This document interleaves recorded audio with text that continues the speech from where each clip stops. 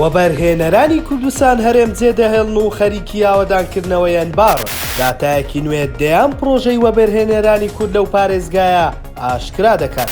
لە دوای ئازادکردنی ناوچەکانی ژێردەسەڵاتی داعش، پرۆسەیەکی خێرای وەبەرهێنان لەو پارێزگایانە دەستی پێکردووە. ئەنبار یەکێکە لەو پارێزگایانە و داتایەکی نوێ دەیسەلمێنێت زۆرینەی پرۆژەکانی وەبەرهێنانی نیشتەجێبوون. وەبەرهێنەری هەرێمی کوردستانە.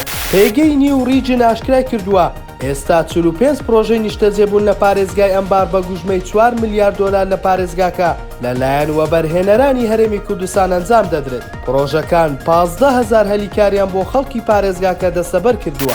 ئەو هەنگاوە لە کاتێکدایە بەهۆی ڕێوشوێنە توندەکانی حکوومەتی هەرێم و قۆڕخکاریەکانی کۆمپانیای بەرپرسانی باڵا و ئاسانکاریەکانی بەغدا بۆ وەبەرهێنەرانی کورد، زۆرێک لە وەبەرهێنەرانی هەرێمی کوردستان کارەکانیان بۆ ناوچەکانی ژێردەسەڵاتی حکوومەتی بەغدا گواستۆتەوە.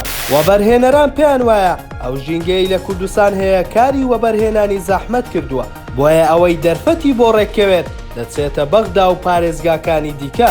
بەجێهێشتنی کوردستان لەلایەن وەبەرهێنەران کاریگەری زۆری کردوتە سەر زۆربوونی بێکاری و ڕۆشتنی گەنجان بۆ ئەوروپا. بە جۆرێک بەپێی راپۆرتێکی ڕۆژنامەی تەلەگراف 80% ئەو گەنجانەی ساڵی پار بەریتانیا ڕەتی کردوتەوە ئیقامەیان پێ بدات خەڵکی هەرێمی کوردستانن. زۆری نەشیان نیشتەجێی دەرەوەی شارە گەورەکانن. ئەگەر بەو شێوەیەش بەردەوام بێت، ئەگەری زۆرە شەپۆلی کۆچی گەنجان بۆ ئەوروپا فراوانتر بێت.